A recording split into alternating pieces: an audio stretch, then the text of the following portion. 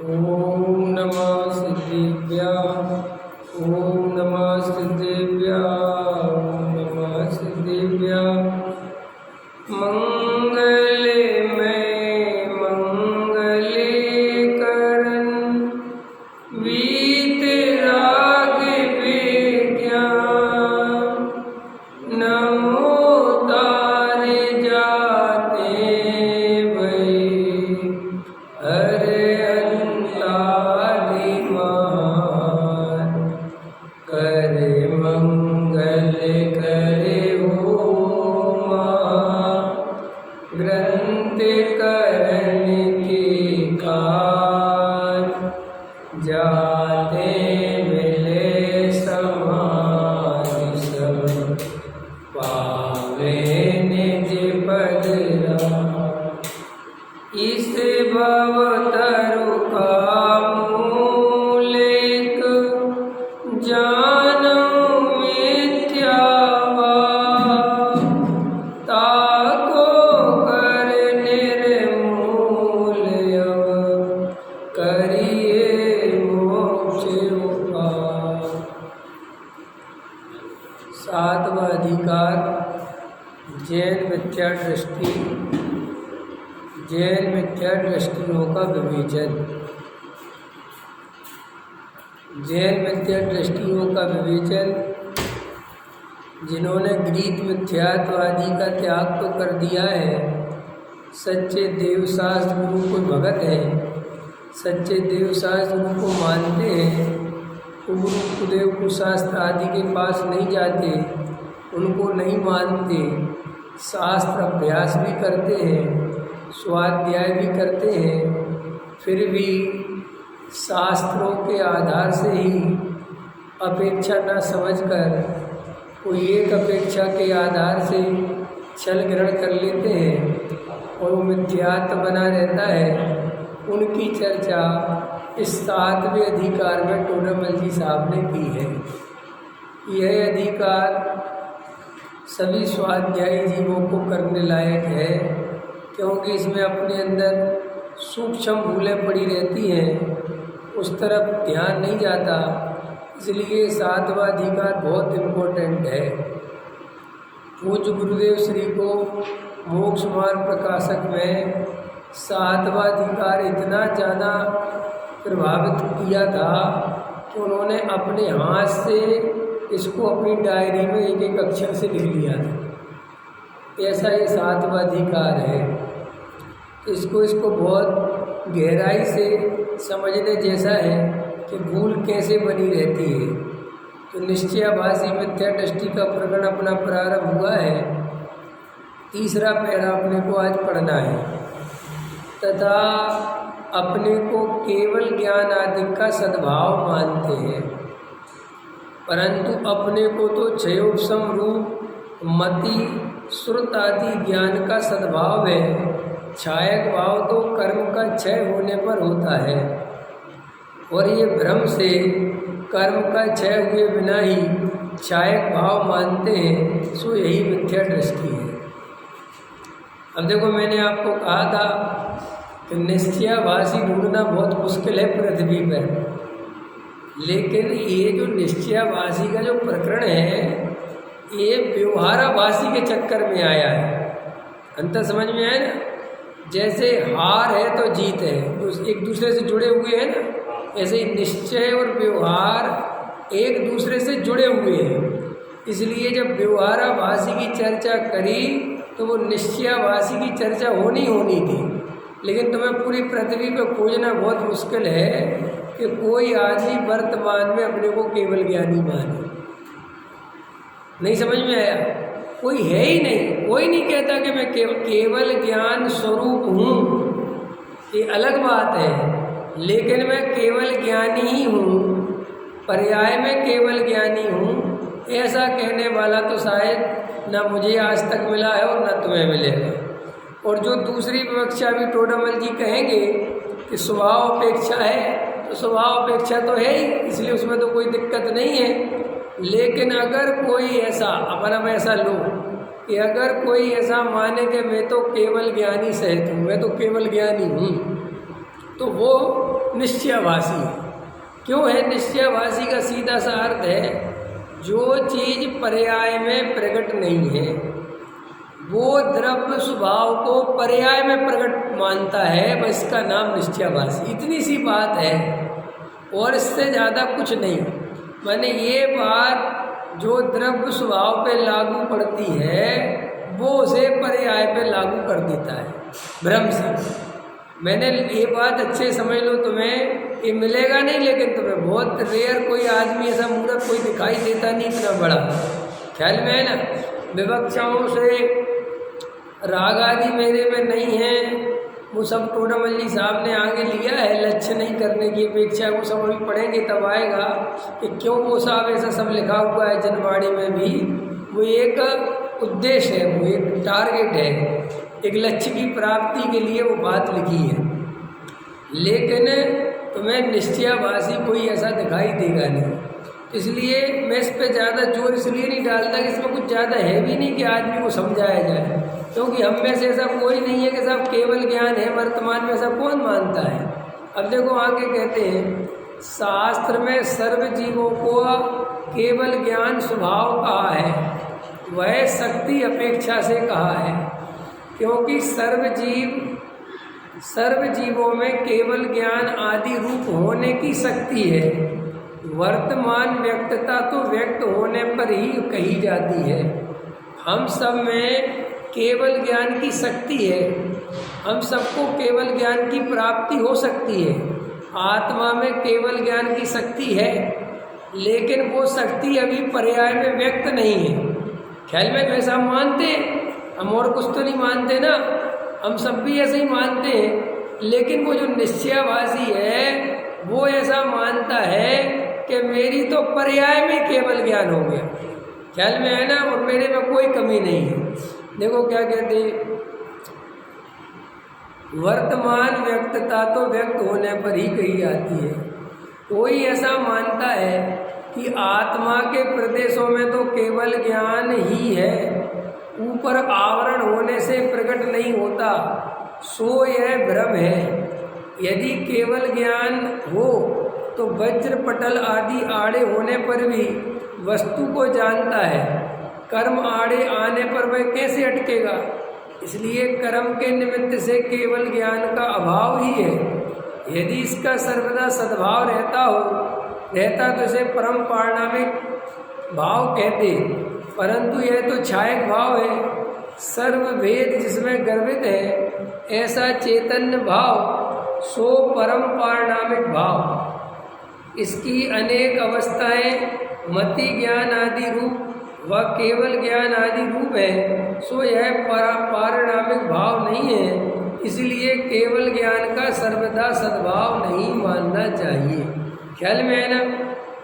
कई लोग ऐसा मानते हैं, हालांकि कई लोग माने अपेक्षाकृत, क्योंकि वो ऐसी मानने वाले कोई है नहीं, सीधी सी बात। लेकिन वो जैसे मैं कई दफ़े समझाता हूँ कि जिनवाणी में हर तरह की बात आई हुई है। जैसे समोसरण में अभव्य जीव प्रायोग्य लब्धि तक जा सकता है, तो लोगों के दिमाग में क्या है कि साहब अभव्य जीव प्रायोग्य लब्धि तक जाता है ना, जाता वाता नहीं है, समझो, जा सकता है। लेकिन लोगों के दिमाग में इस बात तो समझ में आती नहीं है कि भाई ये केवल ज्ञानियों का मार्ग है। यहाँ समोसरण में सर्वज्ञ विराजमान है, और सर्वज्ञ भगवान के सामने कोई भी प्रश्न पूछोगे तो उसका जवाब आएगा। तो पूछने वालों के मन में आते ही है। अगर हम भी बैठे हों और ऐसी बात हमारे सामने कही जाए कि एक अभव्य जीव होता है, उसको मोक्ष की प्राप्ति नहीं होती, ऐसा कथन तुमने सुना, तो तुम्हारे मन में ये बात तो आएगी ना कि साहब मोक्ष की प्राप्ति तो नहीं होती, लेकिन वो कहाँ तक जा सकता है। तो उन्होंने कहा साहब वो प्रायोगिक उपलब्धि तक जा सकता है। तो लोगों को क्या लगता है, हम जिनवाणी सुन रहे, हम वस्तु स्वरूप सुन रहे, हम अभव्य हुए तो, क्योंकि अभव्य भी कहाँ जाता है, प्रायोगिक उपलब्धि तक। ऐसा बिल्कुल भी नहीं है। जिसको जिनवाणी सुनने का भाव आता है, आत्मा की सुनने की बात अच्छी लगती है, आत्म कल्याण की भावना रखता है, वेद ज्ञान की बात में मन लगता है, वो निश्चित ही भव्य जीव होता है। जो अभव्य जीव होते हैं उनको इस तरीके की ना तो निमित्त बनते हैं, न इस तरीके के भाव जगते हैं, न कुछ होता है। वो तो अपनी पर्यायों में तन्मय रहते हैं। ऐसे ही एक अपेक्षा चलती है कि साहब 100 धर्मेंद्र में कितनी ताकत है, तो बोले वो 3 लोग को पलट दे, इतनी ताकत है। अब ये तो कोई बात नहीं हुई, ना वो 3 लोग को पलट सकता है, ना पलटने का कोई मतलब है। लेकिन अब शक्ति की व्यक्ति कैसे बताए, कितनी शक्ति के साहब इतनी शक्ति है।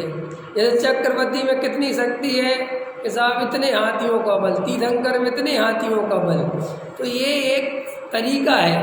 ऐसे ही निश्चयाभासी एक समझ लो एक तरीके की एक जीव की कल्पना का काल्पनिक चित्रण है कि कोई जीव ऐसा मानने वाले हो कि मैं तो केवल ज्ञान वाला हूँ, मेरे को तो वर्तमान में केवल ज्ञान है। तो ऐसा जीव खोजना पृथ्वी पर मुश्किल है, कोई मिलेगा नहीं तुम्हें जो अपने को केवल ज्ञानी मानता हो। हाँ, कोई बिल्कुल निपटक ज्ञानी हो, मूर्ख ही हो और वो पागलों की तरह कुछ भी बोलता हो, उसकी तो कोई कीमत नहीं है। लेकिन जो स्वाध्याय करते हैं वे कभी इस तरीके की, क्योंकि उनको प्रत्यक्ष पता है कि केवल ज्ञान ऐसे थोड़ी होता है। केवल ज्ञान का स्वरूप भी तो पढ़ेंगे आखिर, जब वे दीवाल के उस तरफ का ही नहीं जान पा रहे, इस दीवाल के उस तरफ क्या है, जब ये वो जान नहीं पा रहा तो वो अपने को केवल ज्ञानी कैसे मान लेगा। तो वो शक्ति की अपेक्षा केवल ज्ञानी मानना अलग बात है, और पर्याय में अपने को केवल ज्ञानी मान लेना बिल्कुल अलग बात है। इसलिए डॉक्टर साहब जब ये निश्चयाभासी की बात आती तब वो बहुत कहते हैं कि भाई निश्चयाभासी मुझे आज तक नहीं मिला, ये व्यवहाराभासी ही मिलते हैं। क्योंकि निश्चयाभासी मिलने के लिए पागलपन ही चाहिए, सीधी सी बात। ख्याल में है ना, बिल्कुल दिमाग उड़ा हुआ हो तभी निश्चयाभासी हो सकता है कोई, क्योंकि प्रत्यक्ष बाधित है ना, केवल ज्ञान है नहीं, और पर्याय में केवल ज्ञान मान ले संभव नहीं है ना किसी को भी। क्योंकि 2 मिनट में तर्क से सिद्ध होता है कि अच्छा चल बता तेरा पूरब का भाव क्या है, चल बता मेरा आगे का भाव क्या है, तो बता पाएगा? बता पाएगा? नहीं बता पाएगा तो फिर कैसा केवल ज्ञानी है? काय का केवल ज्ञानी है?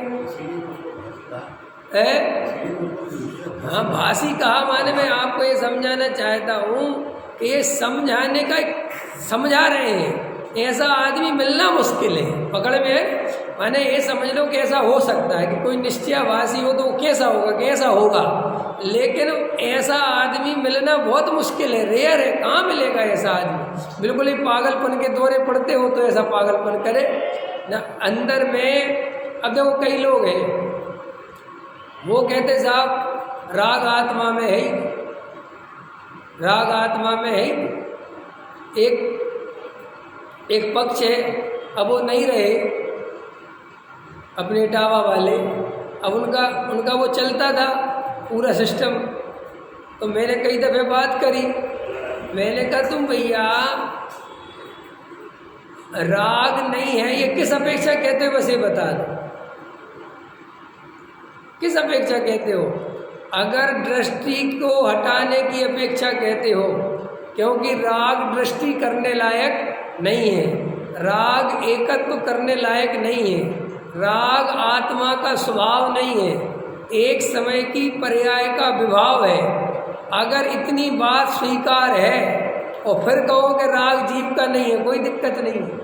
ये तो समय सार में आचार्य कुंद देव भी कहते हैं, क्यों? क्योंकि प्रयोजन की सिद्धि राग पर दृष्टि रखकर नहीं हो सकती। लेकिन राग को स्वीकार ही नहीं करना वो तो एकांतवादी का लक्षण है, वो तो मिथ्या दृष्टि का लक्षण है। ख्याल में है ना, प्रयोजन अपेक्षा राग जीव का स्वभाव नहीं है, राग देखने लायक नहीं है, राग का कर कोई दिक्कत नहीं इन बातों में। अभी ये सब टोडामल जी साहब आगे लेंगे, लेकिन सर्वथा राग है ही नहीं, राग तो कल्पना है, राग होते ही नहीं, जीव तो सदा काल से शुद्ध ही है।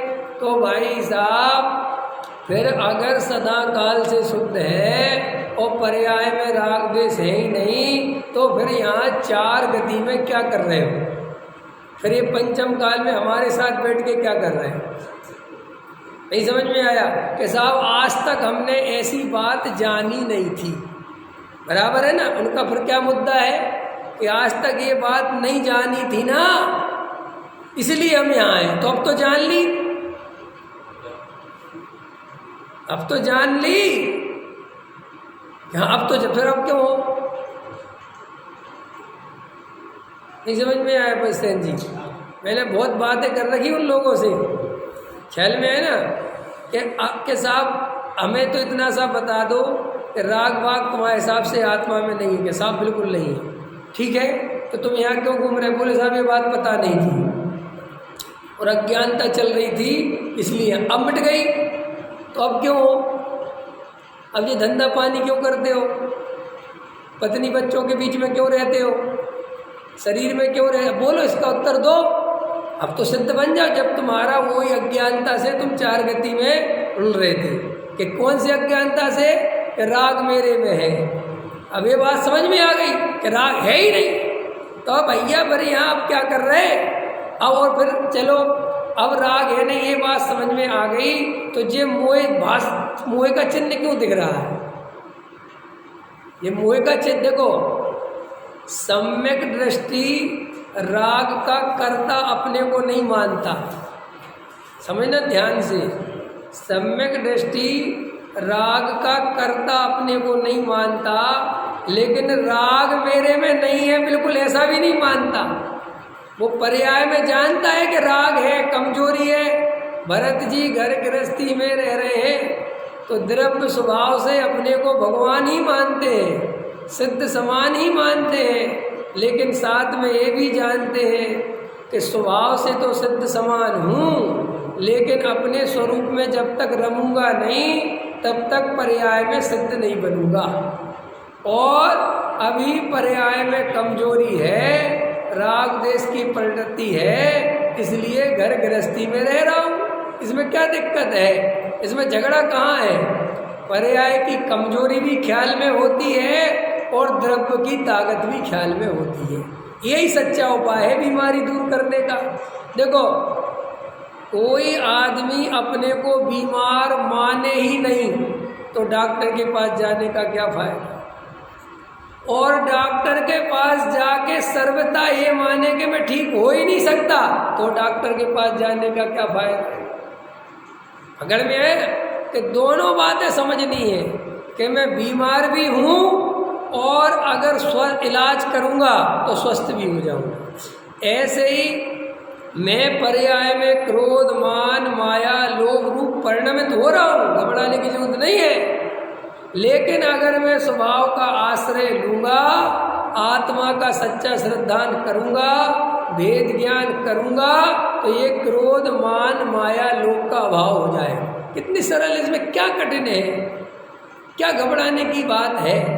अब देखो कि साहब क्रोध, मान, माया, लोभ पर्याय में है, इनकी तरफ हमारा लक्ष्य रहेगा अगर हम इनके कर्ता भोक्ता बनेंगे। प्रश्न है ना? हाँ, बिल्कुल ठीक बात है।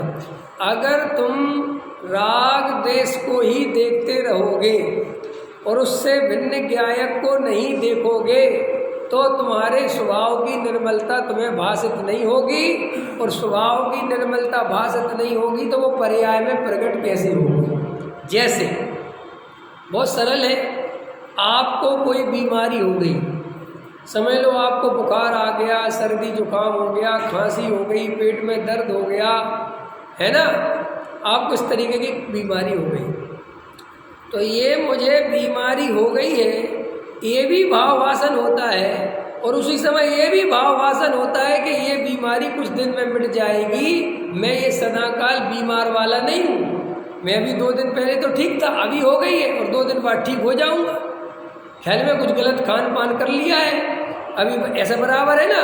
तो देखो वहाँ मेरा ये स्वरूप नहीं है, मैं सदा काल बीमार रहने वाला, ये भी श्रद्धान है, और अभी थोड़ा बीमार हो गया हूँ, ये भी श्रद्धान है। इसमें झगड़ा पैदा होता है, कहीं किसी की लड़ाई झगड़ा हुआ आज तक, लेकिन अज्ञानी जीव धर्म के नाम पर लड़ते हैं। एक आदमी कहता है आत्मा शुद्ध ही है, अशुद्धता है ही नहीं। और कोई कहता है आत्मा अशुद्ध ही है, शुद्धता है ही नहीं। और श्री गुरु कहते हैं कि भाई इसमें लड़ने झगड़ने जैसा कुछ है ही नहीं। पर्याय दृष्टि से आत्मा अशुद्ध है और द्रव्य दृष्टि से सभी आत्मा शुद्ध है। कि पर्याय दृष्टि से अशुद्धता कैसे दूर हो? कि पर्याय दृष्टि की अशुद्धता दूर करनी है तो जो द्रव्य दृष्टि से शुद्ध है उसका आश्रय लेना। इसमें मतलब कोई कहे कि साहब द्रव्य दृष्टि से आत्मा शुद्ध है, ठीक है ना, तो हम भी कह रहे शुद्ध है, तो उसका आश्रय लेना पड़ेगा कि नहीं लेना पड़ेगा? ये बताओ कि साहब आश्रय क्यों लेना? कि आश्रय इसीलिए लेना कि वो पर्याय में प्रकट होगी तो काम की है। अगर वो शुद्धता पर्याय में प्रकट नहीं होगी तो उसे भोगोगे कैसे? भोगनी काय में पड़ती है? काय में भोगोगे? तुम्हारे घर में गेहूं है, ठीक है, या खेत पे लगा हुआ गेहूं है, खा जाओ जाके। कहना गेहूं है, किसी की रोटी बननी है, आगे जाना तो पेट में ही है, ऐसे ही खा जाओ। खा जाओगे? और खा जाओगे तो क्या होगा सही बताओ? क्या पेट में दर्द हो जाएगा, तकलीफ हो जाएगी? क्योंकि तुम्हारा जो पेट है वो कच्चा आहार नहीं पचा सकता, ऐसा अन्न नहीं पचा सकता एकदम से। ऐसे ही गेहूं तो वो ही है, लेकिन वो जब आटे में कन्वर्ट हो, फिर रोटी बने, तो फिर उसको खाओ तो उसका भोगना होगा।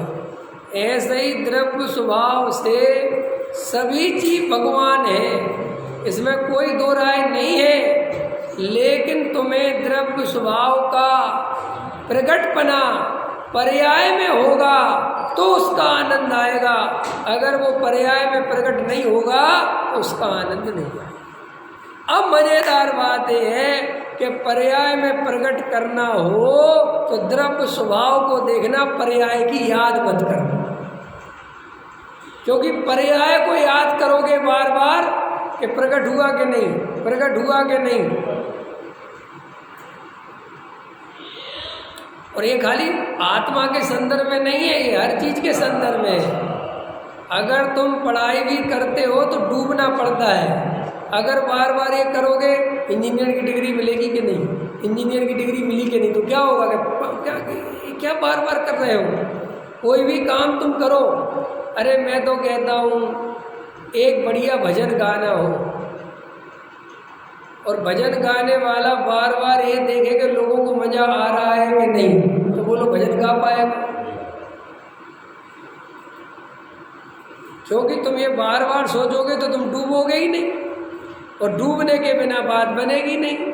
ऐसे ही कई लोग क्या करते हैं, आत्मा का ध्यान करने की कोशिश करते हैं, और आत्मा के ध्यान में क्या करते हैं कि बार बार पर्याय को देखते हैं कि परिणामों में क्या हो रहा है, परिणाम निर्मल हुए कि नहीं, आनंद आया कि नहीं, शांति हो रही है कि नहीं, वो ये देखते रहते हैं। वो ये देखने के चक्कर में वो द्रव्य दृष्टि हो ही नहीं पाती, क्योंकि वो पर्याय दृष्टि छूटती ही नहीं है। ख्याल में आए ना?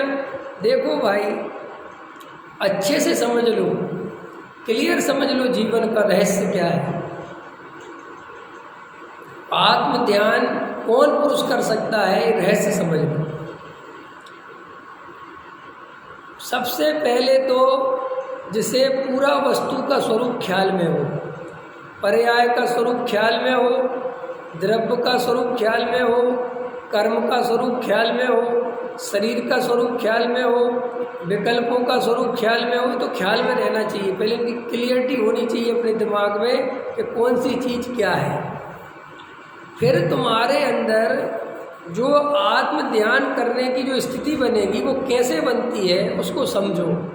देखो, अगर आत्मा को पाना है तो आत्मा को पाने का उपाय ये है कि कुछ नहीं पाना है, ये अंदर होना चाहिए।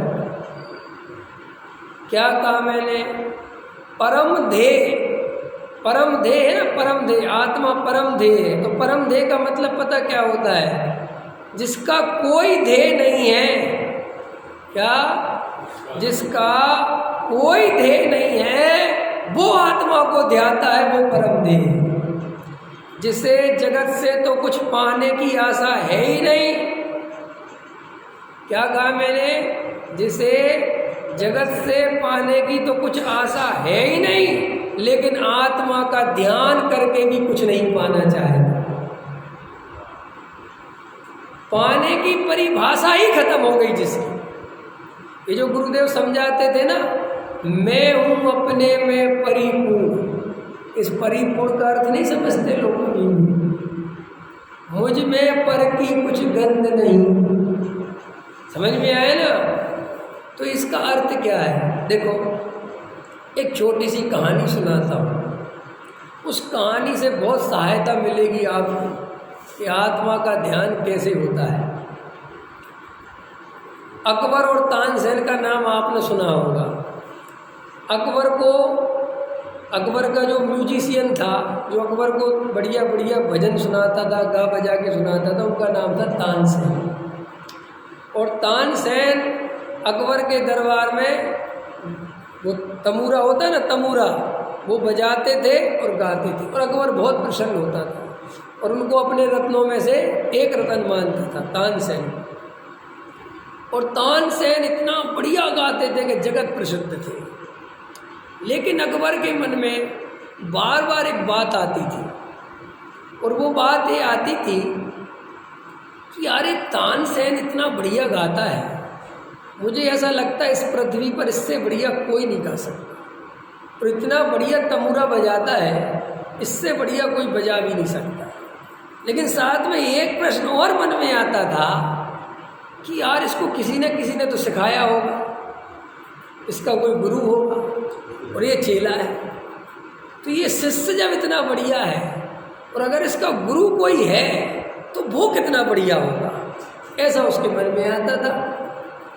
लेकिन दरबारी बैठे रहते थे, कामों में व्यस्त रहता था, राज्य जीतने में लगा रहता था, तो ये मन में आता था लेकिन पूछ नहीं पाता था।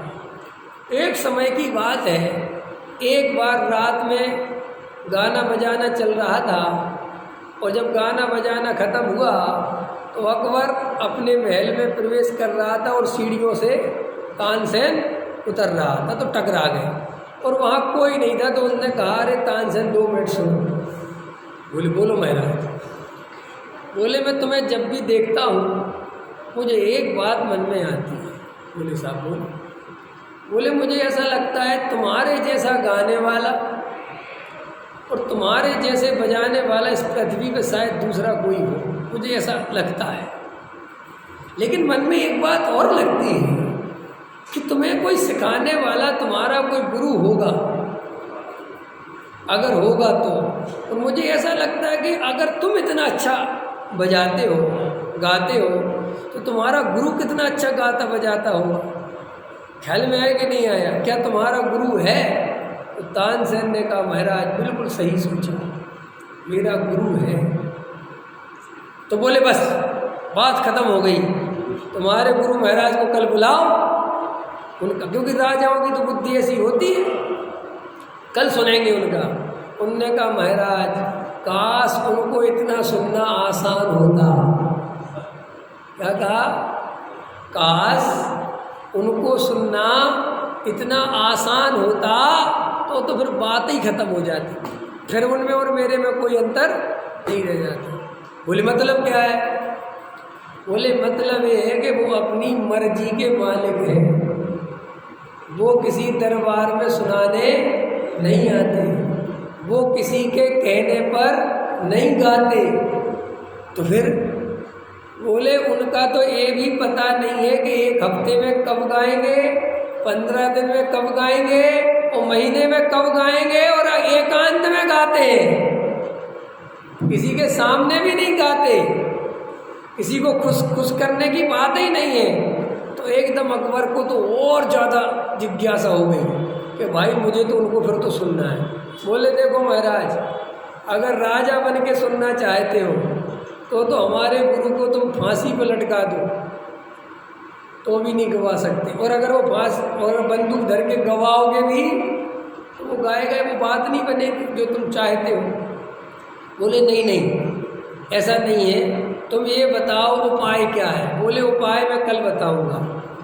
और तानसेन गए और पता किया जो और चेले चपाटे थे गुरु के कि अभी गुरु जी हैं जो अपने आजकल कब गा रहे हैं, कब गाते हैं, कौन से टाइम पे गाते हैं। तो शिष्यों ने कहा इतनी जानकारी बस है कि रात को 2 बजे उठते हैं और जमुना जी पे जाते हैं, ख्याल में है ना, और वहाँ कभी कभार गाते हैं और बजाते हैं वो तंबूरा। तो उन्होंने कहा ठीक है। तो अकबर से कहा, तानसेन ने आगे कि ऐसी ऐसी सूचना है और ये नहीं पता है कि कल ही गाएंगे कि परसों गाएंगे। तो बोले क्या करें। बोले रोज रात को झाड़ियों में 2 बजे चलना पड़ेगा और भाग्य होगा तो वो गाएंगे। और पता चलना नहीं चाहिए कि हम छुप के देख रहे हैं, फिर बात नहीं रहेगी। अकबर ने कहा मैं इसके लिए तैयार हूँ। और अगले दिन अकबर और तानसेन दोनों पहुँच गए यमुना जी के किनारे और बैठ गए चोरी से, चुपके से। और उनका गुरु आया। उसने उस दिन तो नहीं गाया, लेकिन संयोग की बात है कि अगले दिन वो फिर आए और उसने उस दिन गाया। और कहानी कहती है कि जैसे ही उसने गाना चालू किया और अकबर की आंखें बंद हो गई और अकबर ऐसा घुस गया उस गाने में, ऐसा डूब गया कि जब गुरु का गाना बंद हो गया तब तानसेन को हिला के उठाना पड़ा कि उठो, खत्म। और तो बोले तानसेन तू तो सही कहता था भाई, ये तो बहुत ही गजब का गाते हैं, बहुत ही आनंददायक, ऐसा लगता पता नहीं क्या हो रहा है। तानसेन ने कहा देख लिया महाराज। बोले देख लिया। बोले चल अपने महल में चल। तो तानसेन को वापस महल में दोनों आ गए। फिर अकबर ने एक प्रश्न किया कि तानसेन एक बात बता, तू उन्हीं से सीखा है, लेकिन तेरे गुरु में और तेरे में तो राई पहाड़ का अंतर है, जमीन आसमान का अंतर है। उनका तो गाना गाना ही नहीं, ऐसा लगता अमृत झड़ रहा हो। मैंने तो पहली बार सुना। और तेरा गाने में वो बात नहीं है। बोले महाराज मेरे गाने में वो बात हो ही नहीं सकती, मैं चाह के भी नहीं गा सकता। बोले क्यों। बोले मेरा गुरु कुछ पा गया है तब गाता है और मैं कुछ पाने के लिए गाता हूँ। अंदर समझ में आया क्या कहा। मेरे गुरुजी ने कुछ ऐसा आनंद पा लिया है अंदर का कि जब उस आनंद में झूमते हैं वो, तब वो गाते हैं। और मैं काय के लिए गाता हूँ कि आप मुझे कुछ मुहरे दे दो, कुछ इनाम मिल जाए। मेरा गाना प्रोफेशन है, मेरे गाने में चाह है, पाने की इच्छा है, किसी को खुश करने की इच्छा है कि मेरा गाना इनको अच्छा लगेगा तो ये मुझे बड़ा इनाम देंगे। इसलिए मेरा गाना गाना नहीं है, मेरा गाना सौदा है। अंतर समझ में आया। मैं गाता तो यहाँ हूँ और मेरा ध्यान कहाँ लगा रहता है कि अकबर को पसंद आ रहा है कि नहीं आ रहा है, आज माल ज़्यादा मिलेगा कि नहीं मिलेगा। पकड़ में आई, कहानी समझ में आई। कहानी यही ख़त्म करते हैं। ऐसे ही कई वक्ता तानसेन की तरह हैं जो श्रोताओं को खुश करने में लगे रहते हैं। उनका सारा ध्यान इसी पे रहता है कि कोई सेठिया बुरा ना मान जाए, कोई मेरी सभा से उठ के ना चला जाए। ख्याल में है ना, ज़्यादा से ज़्यादा लोग मेरे से जुड़े, ज़्यादा से ज़्यादा लोग मेरे को सुने, ज़्यादा से ज़्यादा मुझे ख्याति मिले। ख्याल में है ना। तो उनके प्रवचन में वो बात नहीं आ सकती जो गुरुदेव श्री के प्रवचन में आती थी, क्योंकि गुरुदेव श्री गुरु जैसे थे। तानसेन जैसे वे तो अपना गीत गाते थे, वे तो अपनी मस्ती मारते थे। उन्हें कभी जगत की चिंता नहीं सताई कि कौन आया और कौन चला गया।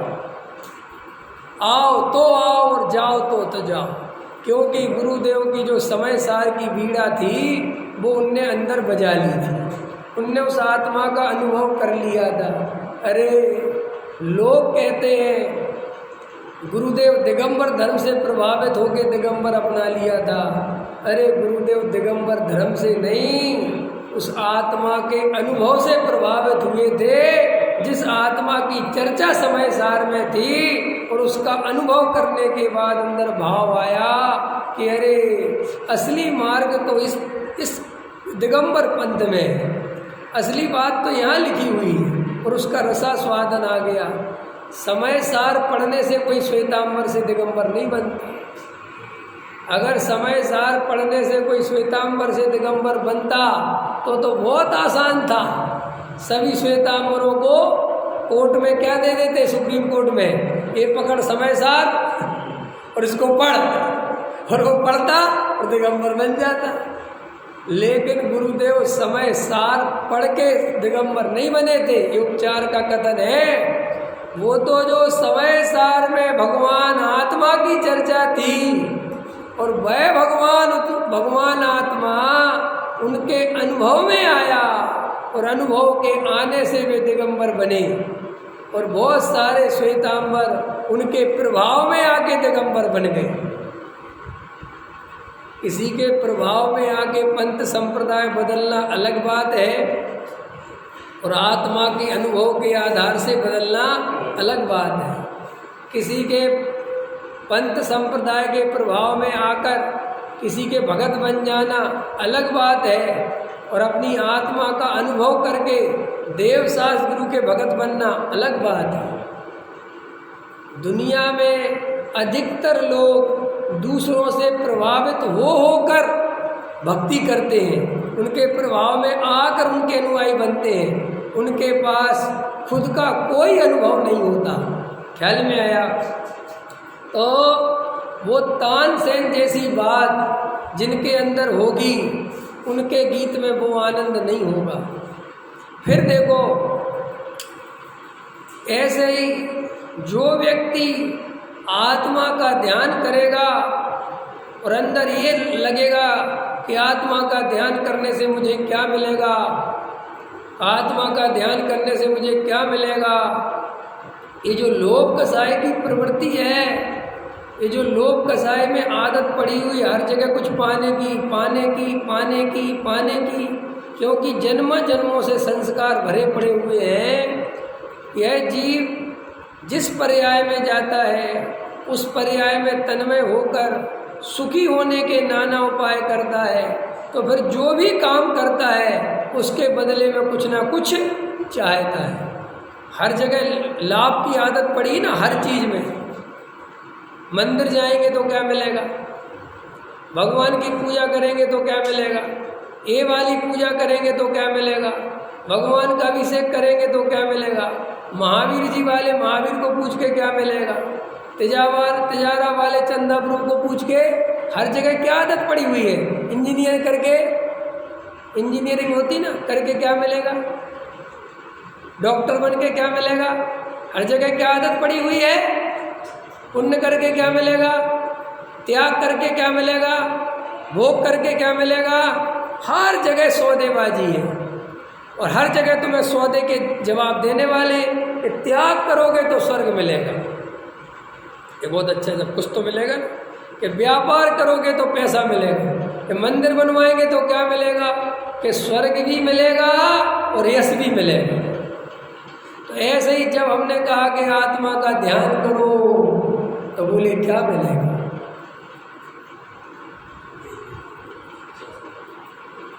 बताने वालों ने बता दिया मोक्ष मिलेगा, बताने वालों ने बता दिया पर्याय में शुद्धता मिलेगी, राग देश मिट जाएंगे, कसाय मिट जाएगी। सो बस वहाँ पे भी ध्यान करने बैठ गया और बार बार देखता है कि राग देश मिटे कि नहीं, कसाय मिटी कि नहीं। तो वहाँ कसाय तो मिटती नहीं, क्योंकि ऐसे तो कसाय मिटती नहीं। तो वो देखता है कि ध्यान करने से कोई फ़ायदा तो हो नहीं रहा। इसलिए लोग कहते हैं हम तो 4 दिन से 6 दिन से ध्यान कर रहे हैं, कोई फ़ायदा तो हुआ नहीं। जो फायदे के लिए ध्यान करेगा वो कभी ध्यान कर ही नहीं पाएगा। तो फिर ध्यान में करना क्या है कि ध्यान इसका नाम है कि मैं हूँ अपने में स्वयं पूर्ण, मुझे कुछ नहीं चाहिए, मुझे कोई आवश्यकता नहीं है, मेरा कोई ध्येय नहीं है, मेरा कोई उद्देश्य नहीं है, मुझे कोई कुछ नहीं। कि साहब पर्याय की शुद्धता चाहिए कि नहीं चाहिए? मुझे पर्याय की शुद्धता भी नहीं चाहिए। इसलिए जो ये बात आती है ना, युगल जी बहुत लेते थे कि पर्याय का एक एक कोना द्रव्य के लिए समर्पित हो जाए, पर्याय अपने को पर्याय ना कह के द्रव्य कहने लगे तो समझने लगे अब इस आदमी का कुछ हो सकता है। और ये हम कह रहे हैं कुछ हो सकता है, अगर वो दिमाग में रखेगा कि कुछ हो सकता है,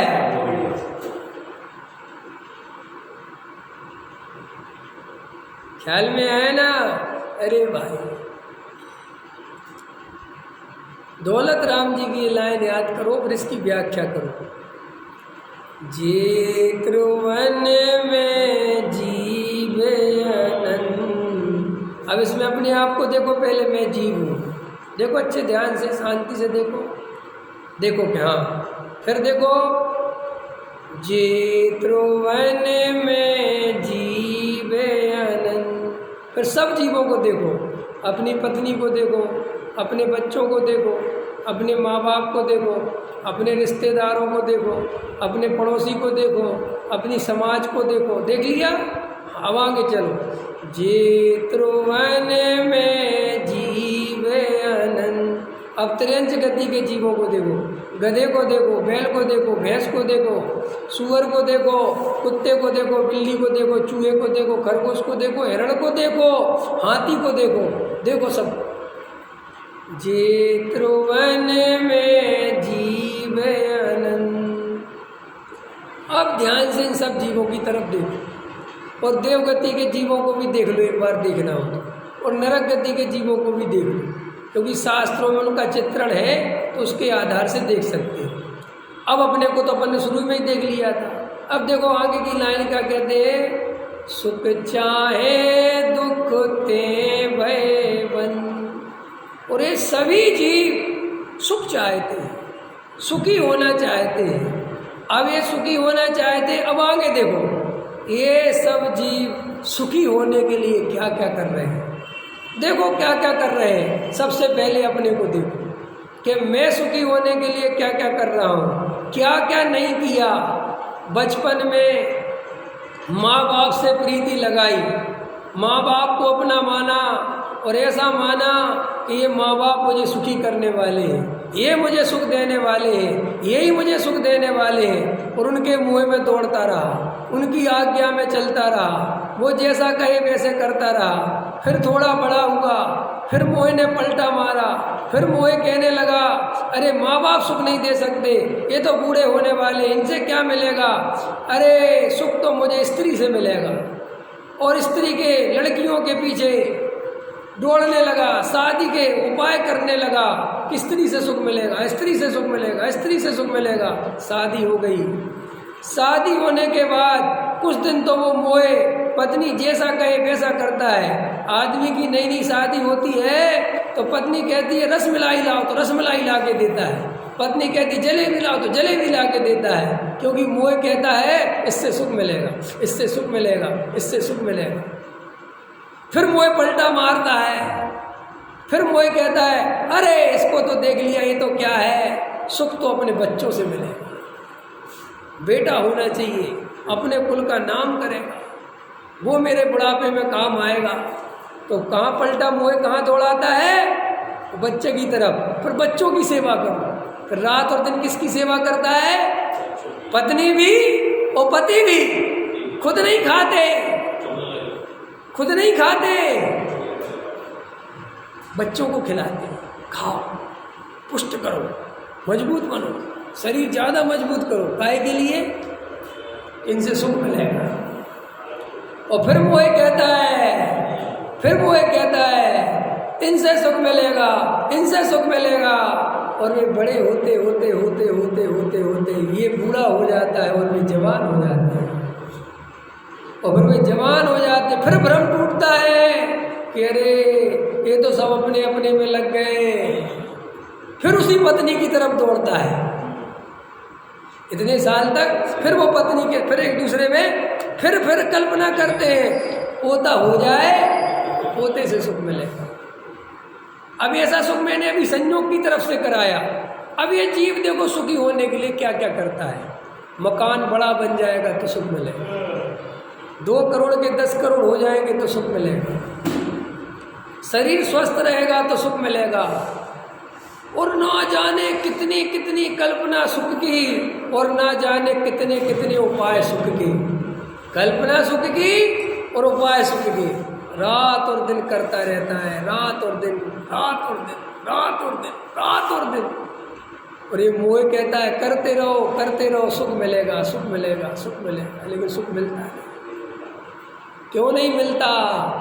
क्योंकि भाई जैसे पथ पे चलता हुआ पथिक, मार्ग पे चलता हुआ पथिक अपने सिर पर भार रखे हुए है और उस भार को कभी कंधे पे रखता है तो 2 मिनट की सहायता मिल जाती है। ये पूज्यपाद स्वामी का उदाहरण इष्ट उपदेश का। और मन में सोचता है कि अब तो ठीक हो गया, अब तो ठीक हो गया, और थोड़ी देर बाद कंधे में दर्द होने लगता है तो फिर इस कंधे में रख लेता है, फिर 2 मिनट के लिए सोचता है कि अब तो ठीक हो गया, फिर वापस सर पे रख लेता है। लेकिन उस मूर्ख को ये समझ में नहीं आती कि जब तक ये भार तेरे सिर पे रहेगा तो ठीक कैसे हो जाएगा। ऐसे इस जीव को ये समझ में नहीं आती कि अरे जब परद्रव्य से सुख आ ही नहीं सकता तो मैं कितने परद्रव्य बदलूं, कितने उपाय करूं, मुझे सुख मिल जाएगा। आज तक इस संसार में किसी को तो सुख मिला नहीं। मोहे महामद पियो अनादि। अब ये दौलत राम जी क्या कहते हैं, गजब करते हैं कि साहब ये रहे जीव और ये रहा इनका दुख, कि महाराज अब ये तो बता दो कि ये दुखी क्यों है। जब ये सुख का उपाय करते हैं, रात और दिन करते हैं, तो ये दुखी क्यों रहते हैं? तो कहते मोह महामद पियो अनादि, कि मोह रूपी मदिरा को पी के रात और दिन सुखी होने का उपाय करता है, इसलिए सुखी नहीं होता। क्योंकि असली जड़ तो दुख का कारण वो मोह है, लेकिन निमित्त की दृष्टि वाले को मोह दुख का कारण दिखाई, बोलो तुम्हें अपना मोह दुख का कारण दिखाई देता है कि जगत का परिणमन दुख का कारण दिखाई देता है? बोलो बोलो, आप क्यों दुखी हो? मेरा बेटा सही नहीं है इसलिए। मोह दुख का कारण नहीं दिखाई देता। क्यों दुखी हो? हमारी समाज ठीक नहीं है। क्यों दुखी हो? हमारा गांव ठीक नहीं है। क्यों दुखी हो? हमारा मोहल्ला ठीक नहीं है। क्यों दुखी हो? हमारी पत्नी ठीक नहीं है। क्यों दुखी हो? हमारा पति ठीक नहीं है। क्यों दुखी हो?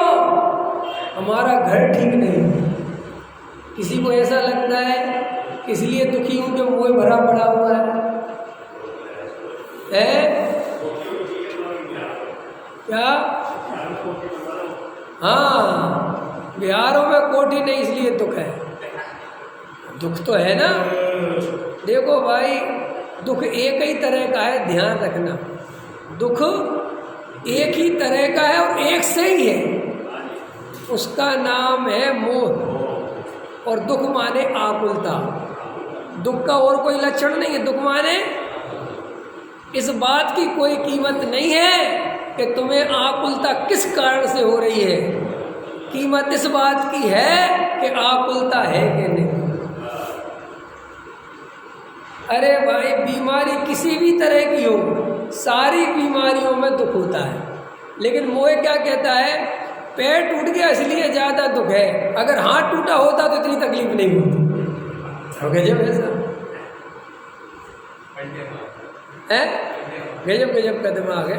अपन को लगता है ना, अपन को जो चोट लगे अपन को लगता है ये सबसे खतरनाक है। जैसे दांत में दर्द होता ना कई आदमी को, तो आदमी बोल दांत में दर्द नहीं हो यार, बाकी कुछ भी हो जाए, क्या हो जाए चल बता, क्या क्या मंजूर है तेरे? कौन सा मंजूर है? कान में दुख होता है ना, कान में तकलीफ, तो लोग कहते हैं अरे अरे कान में तकलीफ नहीं हो भाई, कान में बहुत पीड़ा होती है। बाकी सब कुछ हो जाए, क्या हो जाए? एक आध बीमारी का तो नाम बताओ जो तुम चाहते हो जाए, चाहते हो कोई बीमारी?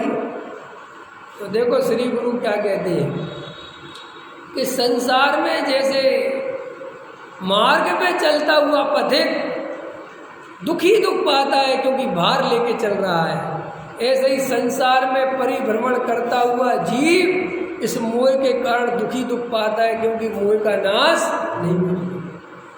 और मोह के नाश का उपाय वही है कि क्या उपाय है कि मोह उत्पन्न क्यों होता है कि पर द्रव्य से सुख मानते हो इसलिए मोह उत्पन्न होता है। और अगर ये बात समझ में आ जाए कि पर द्रव्य में सुख है ही नहीं और मुझे सुख की कोई जरूरत नहीं क्योंकि मैं सुख स्वरूप ही हूँ, भाई ये बात आई, ये क्लियरिटी हुई, मोह खत्म हो गया। क्योंकि मोह का कारण पर द्रव्य में सुख की कल्पना है और कोई मोह का कारण नहीं है। आपको अपने बच्चे से इतना मोह क्यों है? देखो क्यों है, क्या कारण है बताओ? क्योंकि तुम्हारे हृदय में कहीं ना कहीं वो मान कसाय का कारण बना हुआ है, कुल की परंपरा बना हुआ है। मोह मतलब वो सुख एक ही तरह का नहीं होता, हमारा कुल का दीपक है, ये भी तो एक मोह है, ये कुल का मोह है, इससे हमारी इज्जत है। अरे दुनिया में एक बात बताओ, कितने लोग हैं बाल बच्चे नहीं होते तो दूसरे का बच्चा ले आते हैं ना, लाते ही है ना, काहे के लिए लाते? अरे अपने नहीं हुए तो नहीं हुए, बात खत्म हो गई।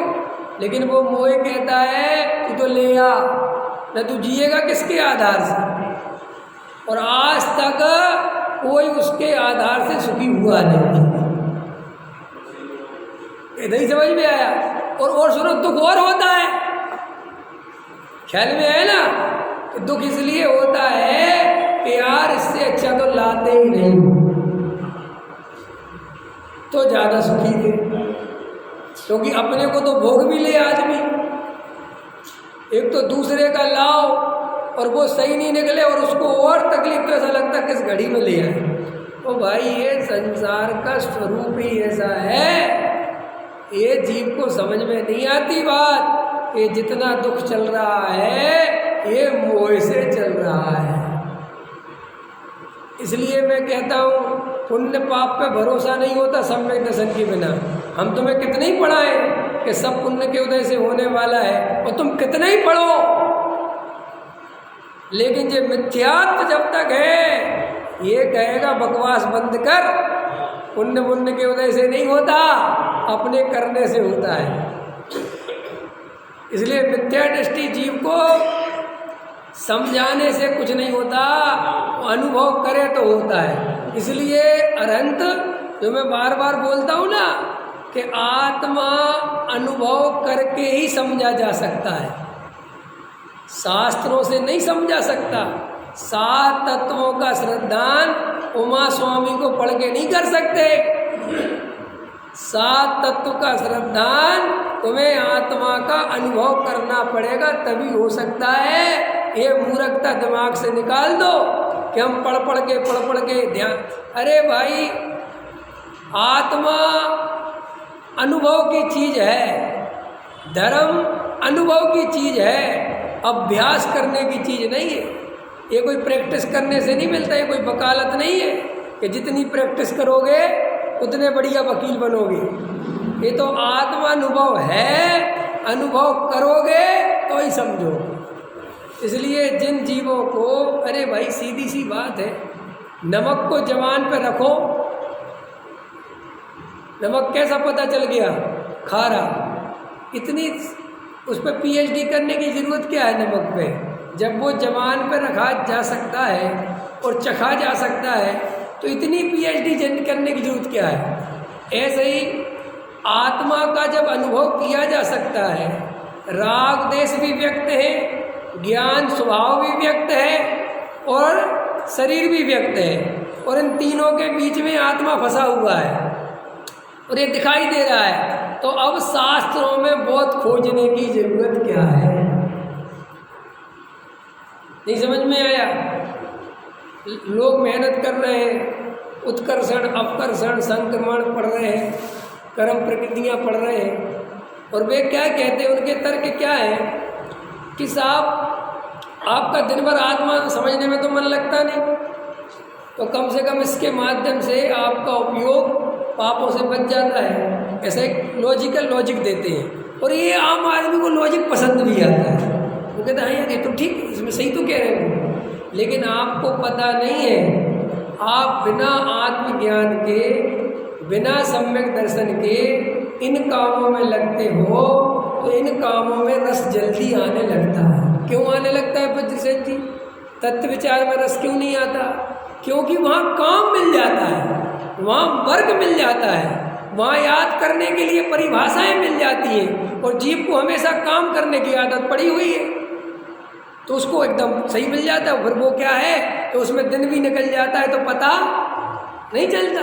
तो अभी गुड़ स्थान लेने बैठ जाओ तो 2 घंटे पता नहीं चलेंगे कहाँ चलेंगे, क्योंकि भैया उसमें प्रॉपर है, इस गुड़ स्थान में ये होता है, इसमें ये होता है, फिर यहाँ मरण होए तो ये होता है, यहाँ से ये होता है, यहाँ पे प्रकृतियों का उदय रहता है, यहाँ पे प्रकृतियों का उदय रहता है। वो गणित टाइप का है, वो पढ़ने में क्या है, लगे रहो, लेकिन उससे आत्मा नहीं मिलता।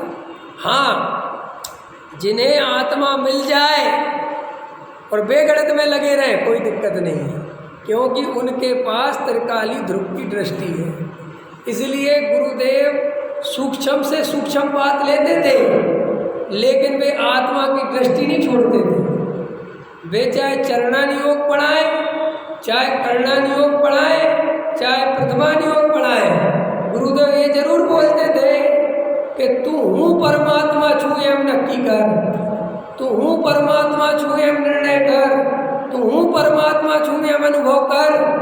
कि साहब महाराज आप तो ये प्रथमानुयोग पढ़ा रहे, ये व्यवहार का कथन है। क्या कहते थे साथ में? ये व्यवहार। आप तो चरणानुयोग पढ़ा, ये व्यवहार है।